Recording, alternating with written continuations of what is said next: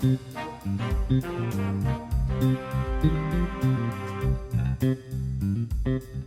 and welcome to Dollars and Cents, the Australia Institute podcast where we're talking about just what the hell is going on in the economy. I'm Eleanor Johnston-Leake, the Senior Content Producer here at the Australia Institute, and as always, I'm talking to our Chief Economist, Greg Jericho. Hello, Greg. Hi, Eleanor. Not as always. No, I'm finally back after... You were away last week. Yeah, I was away for your return. It was like Eleanor was finally back. I'm out of here. No, but you're back. I'm feeling better. Yeah, feeling better. Better? Yeah. Until you looked at the news this morning. I look at all of the news everywhere all at once. It's a special time we are living in, Eleanor. I, for one, looked at the news this morning and had one of those moments where I just sort of had a very deep sigh. Our Federal Treasurer, Jim Chalmers, said this week that the war in the Middle East, which, to be clear, we did not start, and are apparently only taking a defensive position in at the moment, could cost Australia $16.5 billion by 2027. Which is a lot of money. And also isn't that far away. Hang on, that's next year. That's $16.5 billion in a year is a lot of money. But that's not Australia spending $16.5 billion. What exactly is he talking about here? Yeah, what he's talking about is the cost to the growth of the economy. So the economy gets bigger each year, and he's saying basically as a result of this, it might be $16.5 billion smaller than we would have expected it to be. So think of it in terms of, we always talk about GDP growth like, the economy grew by 2.5%.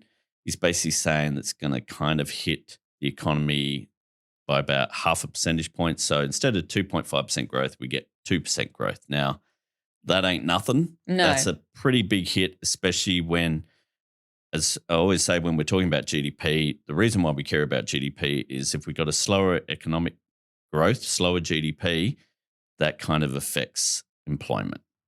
Fewer people working, more people being unemployed. So that's kind of the upshot. So he's not talking about the government has to spend this money. He's talking about overall economic output. Yeah. How much we're spending, how much we're producing. It's going to increase by less than we would like. By potentially $16.5 billion would it be. Because Donald Trump decided to... He was tired of that whole, I am the president who didn't start any wars. I'm finishing them. He was like, what if I started? What if I started? Yeah. I didn't win the Nobel Peace Prize by finishing all these imaginary wars in my head. What if I start a real war? Maybe that's the key. And $16.5 billion, that, to me, sounds like a lot, but I know we are talking in the scope of the entire economy here. Is it a significant hit? Yeah, I mean, if you just talk about the size of the entire economy, no, because we're talking well over $1 trillion. Yeah. I mean, economy, again, he's talking about that sort of growth in the economy, and that's where it is a sizable hit. And, just think of in terms of even if we do think in terms of government spending, that's kind of the amount that the government spends on public schools each year, so it's like, suddenly the amount the government spends or the amount spent on government schools each year is going to be taken out of the economy. That's a sizable hit. Yeah. So, it's not nothing.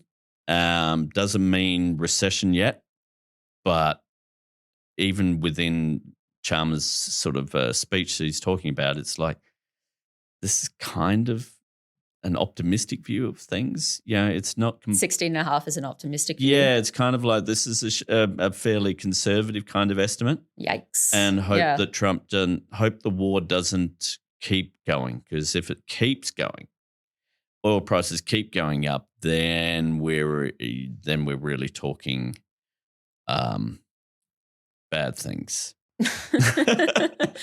If the war continues, bad things will happen. Everywhere. I think that is a true statement, yes. Yeah. So Chalmers is basically preparing everyone for the budget by saying, hey, when we were preparing the budget, there wasn't a war. Now there is a war. It's going to have an impact. It's screwed up all our forecasts. Yeah, lower your expectations. Lower your expectations on growth, but don't blame me. look out your window and blame Donald Trump. And it is a tough thing for a government because people will know that it's because of Donald Trump, but Australians can't blame Donald Trump. He's too far away. So you blame the government. And the government is very much trying to get ahead of, hey, it's not our fault. This is reality where everyone's dealing with it, but also just warning everyone come budget time, if you see those economic forecasts are a bit lower than they were in December when they did the MyEFO, this is why. Yeah. But also here's the other thing. The war in Iran is causing oil prices to go mad. It's also causing gas prices to go mad, which means Australia, which is a massive exporter of gas, is going to be making stonks of profits. Although I say the companies will be. The companies are making stonks of profits, not Australians. Australians are paying higher prices for gas. Australians are paying higher prices. We're getting bugger all benefit because these companies pay bugger all tax, which is why if the government wants to introduce a tax on gas, 25% tax is what the ACTU is calling for. The Greens have supported it. Dave Pocock supported it. Allegra Spender, Monique Ryan. Pauline Hanson. Is kind of there, yeah. Interesting bunch. And pretty much 2/3 of Australian voters support. What would that raise? Not 16.5 billion, 17 billion a year. So it's a case of, hey, how about we get some money from the people who are profiting from this war and use that to help everyone in Australia, households who are hurting because of this war. And just following you talking about households, another thing households are obviously always concerned about, always front of mind, is interest rates. And as was also in the news this week, the RBA met and raised them again to 4.1%. This is obviously not the decision that lots of Australians were hoping for. It's not a surprising decision, but that doesn't make it any easier for millions of Australians with a mortgage. Higher petrol prices will add to inflation, but they're not the reason for today's decision. Inflation was already too high, reflecting the fact that demand is outstripping supply. We do understand that this puts additional pressure on people who are already feeling these pressures in our economy even before the escalation of the conflict in the Middle East, which is making things harder, particularly at the petrol bowser. If we do not act, these price pressures will spread and the eventual adjustment would be harder. So, Greg, I'm guessing that you were less than thrilled about the news. Oh, no. As an awful economist, I love human suffering. And so I cracked a bottle of champagne and just celebrated the Reserve Bank absolutely smashing households because they want more people to be unemployed. I mean, isn't that what we're all doing? Well, all you economists, apparently, yes. Apparently. No, it was an awful decision. And some listeners might have seen I had a little bit of a rant on Instagram when it came out, which I then handed to Eleanor and she edited up to make it really ranty and look schmick. But look, it was a astonishing decision, I think, given what we've just talked about. What are we talking about? We've got a war in Iran, a man in the White House who we have literally no idea if he even knows what he's doing today, let alone has thoughts of what is the next week, month, 6 months looking like on this thing. And it's sending oil prices skyrocketing. Yeah. We know that that's hurting the economy. That means the economy is in danger of slowing. And yet the Reserve Bank decided, you know what? People aren't hurting enough. I know you're having to pay more for petrol, but how about you also pay more for your home loans, because we think there's too few people unemployed. There's too much spending. Yep. Even though they say actually spending at the end of last year was a bit below what we expected, but it's still a bit too much of it, really, sort of. It was just this real sense of we want to raise interest rates because we want to look tough, in a sense, I think. Whereas I don't think there was any cost to waiting 6 weeks for May to say, let's check in May and see how this war's going. Because if the war is still going, if oil prices are still, $110 a barrel, $120 a barrel, then we can kind of say, yeah, that's going to hurt. And, whereas they're sort of like, oh, let's giddy up. Let's go do it.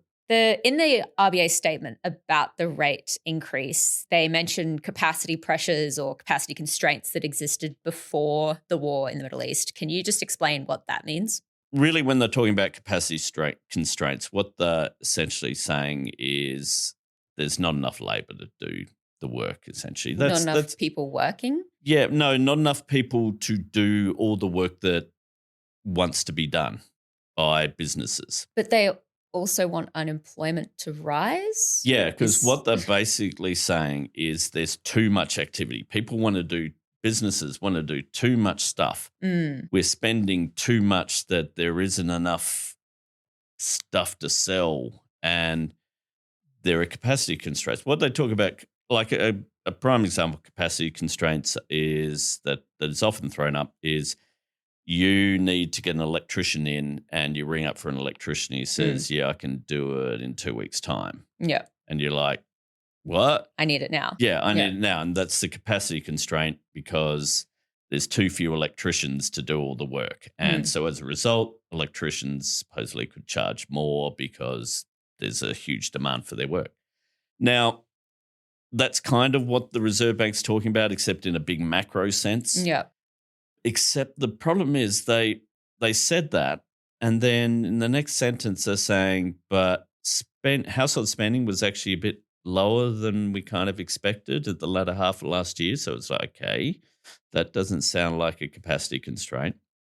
I point out that wage growth is steady, which kind of suggests that, okay, businesses aren't desperate for labour so that they're offering higher wages to attract staff and to keep staff. They point out the real unit labour cost, which is the total cost of labour producing a single unit of output in the economy, actually fell in real terms. So in real terms, the cost of labour is falling, which again doesn't seem to suggest capacity constraints.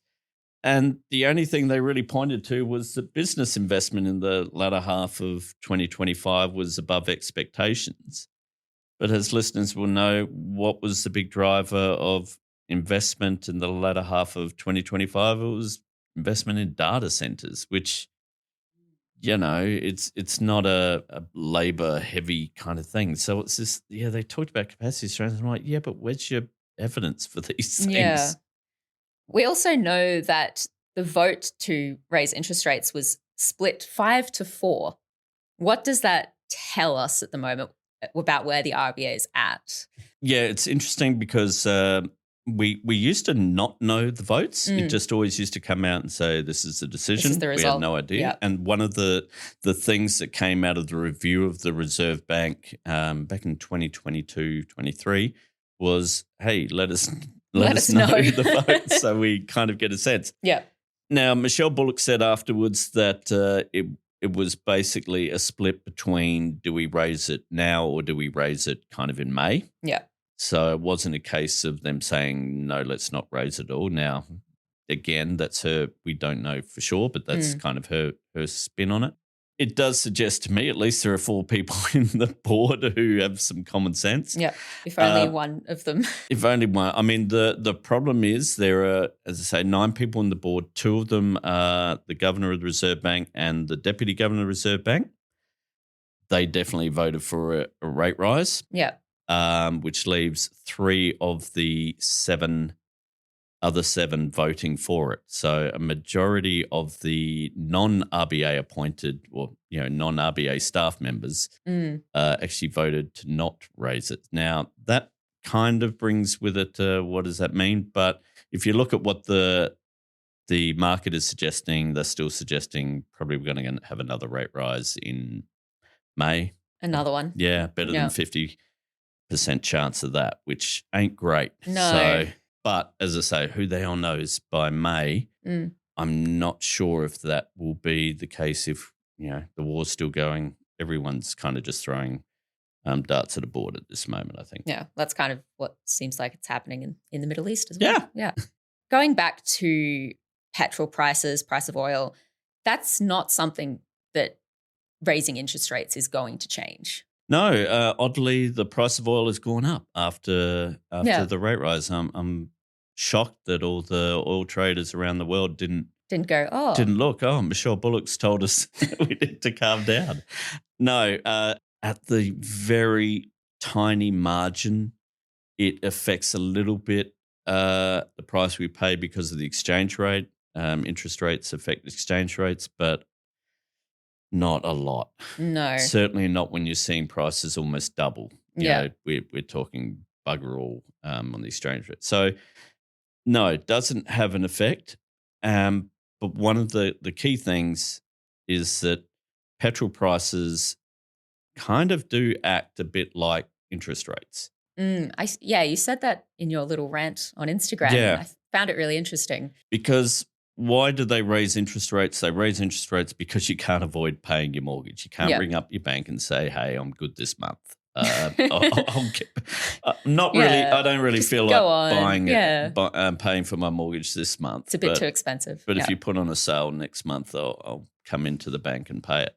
No, you have to pay it. That's the whole thing. So if you raise interest rates, you have to pay more on your mortgage, which means you got less to spend elsewhere. To spend elsewhere, as we say, businesses go, ooh, turnover's a bit low, let's cut back on staff, whatever, Well, what's the deal with petrol prices? You can't go, you know what, I'm just not going to buy petrol this week to drive my car. It's like, well, if you got to drive a car, you got to pay it. Yeah, and, businesses obviously use petrol in their activities, so then they add that to their prices. Yeah, and so as a result, but especially with just individuals, for households, buying petrol, suddenly due to nothing that we have done, the price of petrol has gone from, in some cases around the country, it's gone up, 60 cents a litre. I mean, a huge increase. So you're still buying essentially the same amount of petrol because your commute hasn't changed. Unless you get a bicycle. Yeah. That's not really an option for everyone. No, certainly not an option for everyone. No. Certainly not for me, unfortunately. I wish I could. But, I got basically a half-hour commute. So, which is amazing in Canberra. I mean, is that all? I was going That's because I feel like some people listening are going to be like, Greg, why are you complaining about that? That's because I live in far north ACT. Oh, don't dox yourself. Up near the border. That would be a bit of a trek on the bike. And our offices are in the south of Canberra. So, I can't change that. People can't change that. So, but what it does mean is you're looking at your weekly budget and going, suddenly you're spending $40, $50 more to fill up a tank of fuel. Unless you've got a nice money tree out the back. That means you're spending $40 or $50 less elsewhere. Yeah. And so that's kind of acting exactly like an interest rate rise. And that's what Chalmers is also talking about with hits to the economy, because interest rate rises slow the economy. Well, what happens when all the costs of things that we use to make things and also things that are essential for us rise? Well, it means we spend less money elsewhere, and that acts kind of in the same way. So that was kind of the most extraordinary thing I thought about Michelle Bullock's statement in her press conference afterwards, where she was like, yeah, it is, but we don't think that the increase in petrol will be enough to slow the economy as much as we want. I'm like, do you know that? Yeah. Do you know what is happening in Iran and how much oil prices are going? I mean, the price of oil has risen significantly since, she made that statement. And that's why I'm sort of like, why aren't you waiting? This is the most uncertain times. And it's a real economic uncertainty affecting the one thing you're worried about.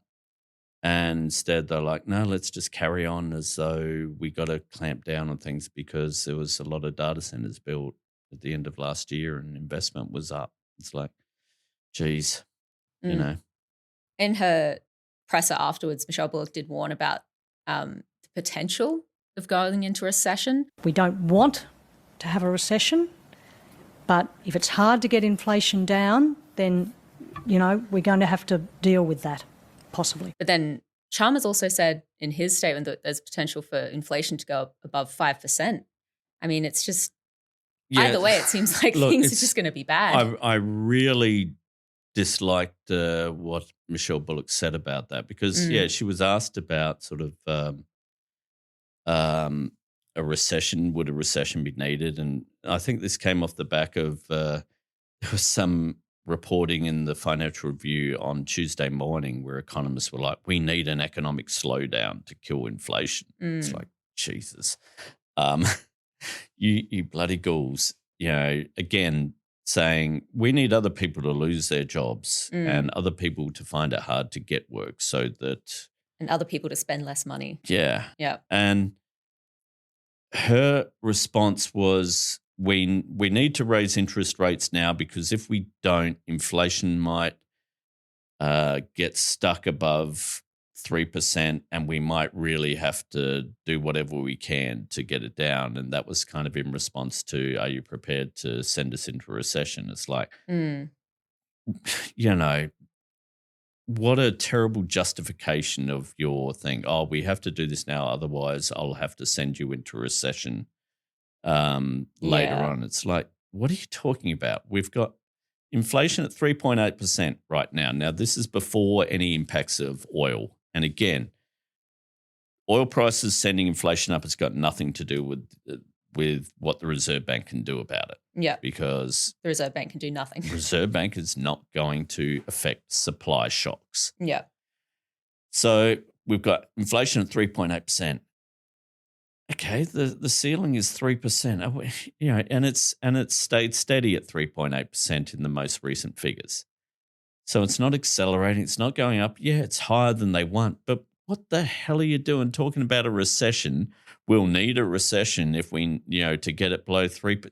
Do you realize 3%, that 2 to 3% target is just an arbitrary bloody thing? As we pointed out a couple of weeks ago, it was just sort of decided in the 1990s, the RBA was like, 2 to 3% sounds about right. And suddenly it's like, well, if we stay at 3.8% or a bit more than that, we might have to send Australia into a recession to get it below. Yeah, but it's for your own good. Where are your priorities? All right. Well, if we wanted to end on something of a positive note, there is some sort of good news out this week. The Senate inquiry into the capital gains tax discount released its majority report, and what they found probably won't shock anyone listening.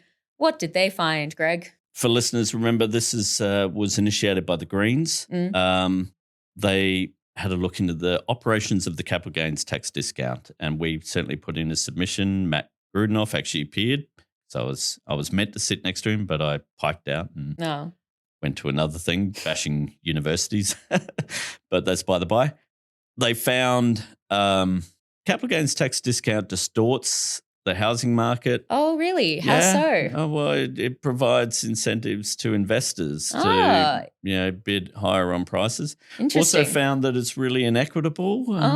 It's almost like 60% goes to the richest 1%. Yeah. So they were very much the overall recommendations were, scrap it. Yeah. The interesting thing about it though is, so that was the majority view of the committee, which is mainly Greens and crossbenchers. Yeah. The Labor Party put in a report as well, not a dissenting report, but just their report. Not a minority report. Yeah, sort of like that. And they said, the capital gains tax, everyone seemed to be saying it's distorting the market, it's inequitable, it doesn't seem fair.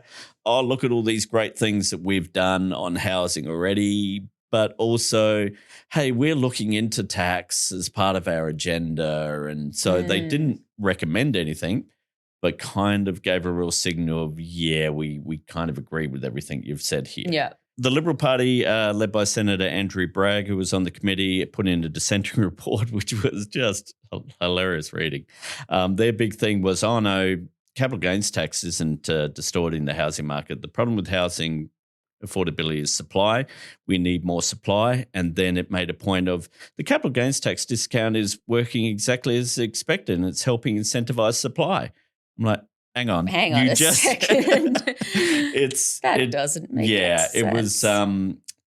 It was weird. Yeah, to say the least. Yeah, and so the Liberal Party is certainly not on board, but very much we're getting the sense that the Labor Party is going to do something on capital gains tax and negative gearing. Which is a positive note. Yep. Very positive note. The key will be, okay, what do they do? Yeah. Do they announce something big, but when you look at it, it's very small, like they'll drop it from 50% to 33%, which probably won't make any difference really. Yeah. Because it still provides a pretty big incentive. Do they grandfather it? If they grandfather it, that means great for Gen X and boomers, but you basically say everyone else you can go without. Yeah. So we certainly, and Matt in his evidence said, whatever you do, whether it's big or small, don't grandfather it. Yeah. But clearly you can't just say, right, it's ended now for everybody, because that is kind of unfair. Because let's say if you're someone who 5 years ago invested in something thinking, oh, yeah, there's this 50% capital gains tax discount, that's why I've made this decision. You kind of got to give them some grace. And so what we have certainly recommended is something like 5 years. You got 5 years to get rid of it. The report did highlight intergenerational inequity as well. So grandfathering it in.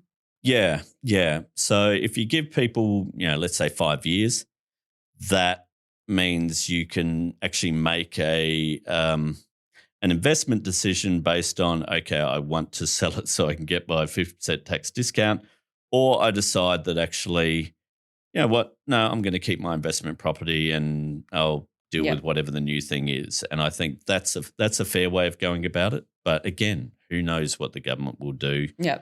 But it does at least seem like they're going to do something which... It's a step in the right direction. Well, it's just truly extraordinary because, after the 2019 election, there was all this retconning of things, why'd they lose? And one of the things was, they were going to do something on capital gains tax discount, negative gearing. Now, we've said that's complete bullshit, but it kind of killed that thing politically. Yeah. But it is clear the housing crisis has got to such a point that the government realises if they don't do something on this. Something that's actually effective. Yeah. Then people are going to start saying you're kind of doing nothing. You're really just tinkering, and that's not something that a government wants to be accused of just tinkering. They want to be shown to do something. All right, well, let's just end on that positive note there then, Positive Greg. note, looking forward to the budget, as I'm sure everyone is. Thank you, everyone, for listening. We will be back with another Dollars and Cents, but guess what? I'm not going to be back. I won't be here next week. No, I'm off on doing a bit of a thing, a work thing next week, but I'm in South Australia and I won't be here. So we'll probably have to get Matt back in. Yeah. Guest star Matt Grudnoff. Best friend of the pod, yes. Yes. We'll be back, though, or you guys will be back next week with another Dollars and Cents. This episode, though, was recorded on the 19th of March, and some things may have changed. If you'd like, we didn't even talk about my column. No. My column in this week was actually all about how the government should respond to the oil crisis and actually tax gas.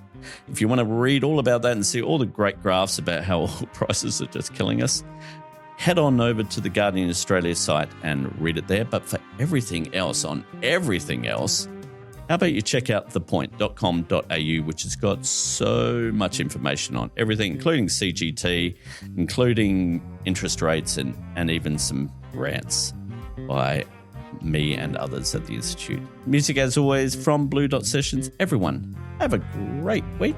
And Eleanor, we'll see you next week. See ya.